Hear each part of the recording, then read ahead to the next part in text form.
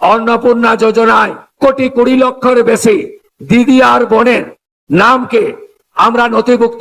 আজ 1 জুলাই আর কিছুক্ষণের মধ্যে কিন্তু 1,20,00,000 মহিলারা তাদের নিজেদের ব্যাংক অ্যাকাউন্টে 3,000 টাকা করে পাবে এবং 30 লক্ষ মহিলারা কিন্তু বাদ পড়ছে এবং তারা কিন্তু 1 তারিখে টাকা পাবে না। তো আপনি কি আপনার অ্যাকাউন্টে 3,000 টাকা পাবেন অন্নপূর্ণা ভান্ডারে? তো এটা নিয়ে মুখ্যমন্ত্রী শুভেন্দু অধিকারী কি বলছে সেটাই শুনুন, এবং যারা যারা টাকা পাবেন না তাদের কি করতে হবে সেটাও কিন্তু আজকের এই ভিডিওতে আমি আপনাদের সাথে শেয়ার করব। তো চলুন ভিডিওটি কন্টিনিউ করা যাক। তো প্রথমে দেখে নিন মুখ্যমন্ত্রী শুভেন্দু অধিকারী কি বলছে। আগামীকাল 1 জুলাই এই রাজ্যে 1,51,00,000 অন্নপূর্ণা যোজনায় আবেদন করেছিলেন। আমরা স্কুটিনি করে প্রায় 1,20,00,000 বেশি দিদি আর বোনের নামকে আমরা নথিভুক্ত করতে পেরেছি। এদেরকে আগামীকাল আমরা 3,000 করে টাকা অ্যাকাউন্টে ট্রান্সফার করব। 1,20,00,000 দিদি এবং বোন। এর মধ্যে আপনারা শুনলে খুশি হবেন, 5 লক্ষ আমাদের আদিবাসী দিদি এবং বোন আছে, 5 লক্ষ। তারা আগামীকাল 3,000 টাকা অ্যাকাউন্টে পাবেন। প্রতি মাসে তারা এই সরকারের তাদের অ্যাকাউন্টে পাঠাবে। তো আপনারা তো সকলেই দেখলেন মুখ্যমন্ত্রী শুভেন্দু অধিকারী কিন্তু বলেছে প্রায় কিন্তু 1.5 কোটি মানুষ কিন্তু অন্নপূর্ণা ভান্ডার যোজনার জন্য কিন্তু আবেদন করেছে।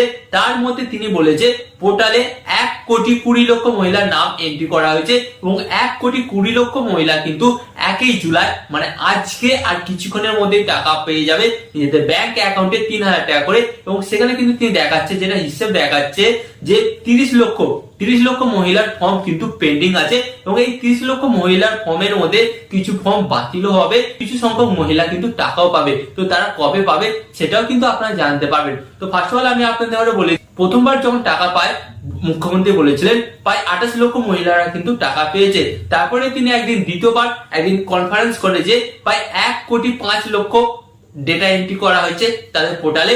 পরবর্তীকালে মানে তিনি কালকে বাঁকুড়ে গিয়ে যেটা আপডেট দিয়েছে 1,20,00,000 মহিলার নাম এন্ট্রি করা হয়ে গেছে অলরেডি এবং 1,20,00,000 মহিলা কিন্তু 3,000 টাকা করে পেতে চলেছে এবং বাকি 30 লক্ষ মহিলা তাদের ফর্ম কিন্তু এখনো পেন্ডিং আছে। হয়তো তাদের এখনো ভেরিফিকেশন হয়নি বা কারো ডকুমেন্টস ভুল আছে, সেই সব কারণে কিন্তু তাদের টাকাটা ঢুকছে না। তো এই সমস্ত কিছু কিন্তু তারা স্ক্রুটিনিং করে তারপর কিন্তু বাকি 30 লক্ষ মহিলার অ্যাকাউন্টে কিন্তু 3,000 টাকা করে দেবে। তো যাদের যাদের অ্যাকাউন্টে টাকাটা ঢুকবে না তো আপনারা ভেঙে পড়বেন না।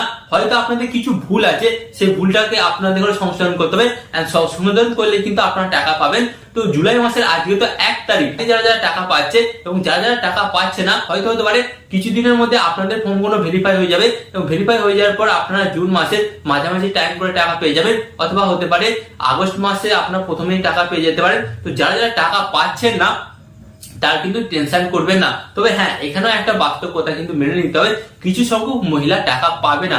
কারণটা আপনাদের বলছি, যদি আপনার ফর্মের ভুলটাকে সংশোধন না করেন তাহলে কিন্তু আপনি টাকা পাবেন না।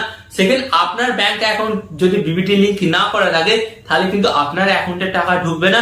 এন্ড থার্ড, এই পলিসির মধ্যে যে সমস্ত নিয়মগুলো বলা হয়েছে সেই নিয়মগুলো যদি আপনি না মেনে থাকেন বা সেই নিয়ম বা শর্তগুলো যদি আপনি না মেনে আপনি ফর্মটা জমা দিয়ে দিয়েছেন তাহলে কিন্তু আপনি টাকাটা পাবেন না। তো এবার আপনারা বলবেন যে দাদা বাড়ি বাড়ি ভেরিফাই তো হলো না, বাড়ি বাড়ি ভেরিফাই না হয়ে কিভাবে আমাদের ফর্মগুলোকে তারা অ্যাপ্রুভ করে দিচ্ছে? তো আপনাদের বলে দিচ্ছি, এখানে অনেক রকম কিন্তু তারা প্রসেসকে কাজে লাগিয়েছে।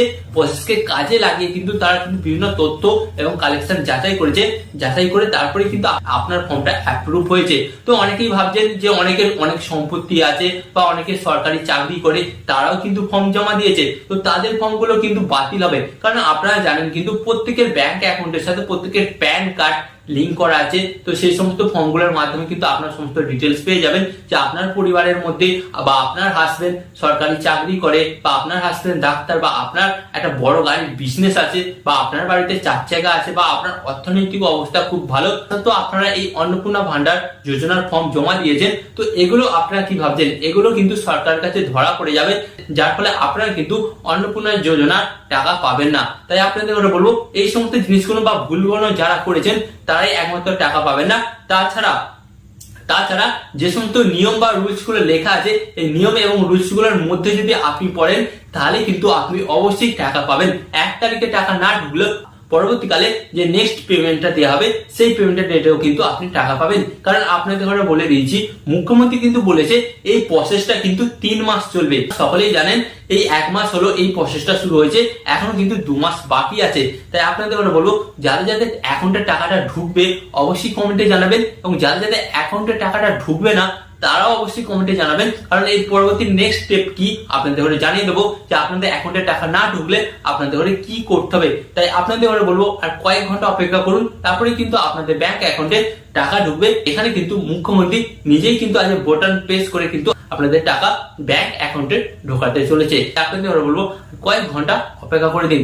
তো আজকের এই ভিডিওটা অন্তত গুরুত্বপূর্ণ, তাই আপনাদের কাছে রিকোয়েস্ট করবো ভিডিওটাকে বেশি বেশি করে শেয়ার করে দিন, এবং ফেসবুক পেজ থেকে যদি দেখে থাকেন অবশ্যই ফেসবুক পেজটাকে ফলো করবেন, এবং যদি ইউটিউব থেকে দেখে থাকেন চ্যানেলটিকে সাবস্ক্রাইব করবেন।